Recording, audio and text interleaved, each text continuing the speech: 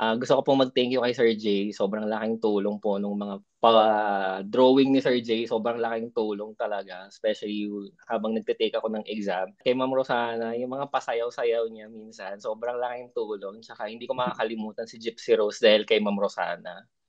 Then kay Ma'am Pao, sobrang laking tulong ng mga drills niya sa NGN. Sobrang beneficial. And kay Sir Emil, yung hindi ko makalimutan kay Sir Emil, may mga pasayaw din siya eh. Naalala ko nung gastro lecture namin, tsaka critical care, yun.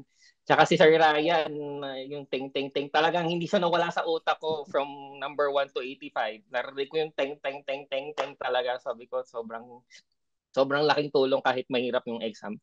And kay Ma'am Haya din, dun sa ibang mga topics, hindi ko rin nakukuha. Si Ma'am Haya din talaga yung parang nagbigay clarity. Saka all of them naman po, nagbigay clarity dun sa mga mahihirap na topics na kailangan malaman before taking the exam. So maraming maraming salamat po. And kay Sir Mark, thank you din po. And kay Sir John, maraming salamat po sa opportunity na makapag-share.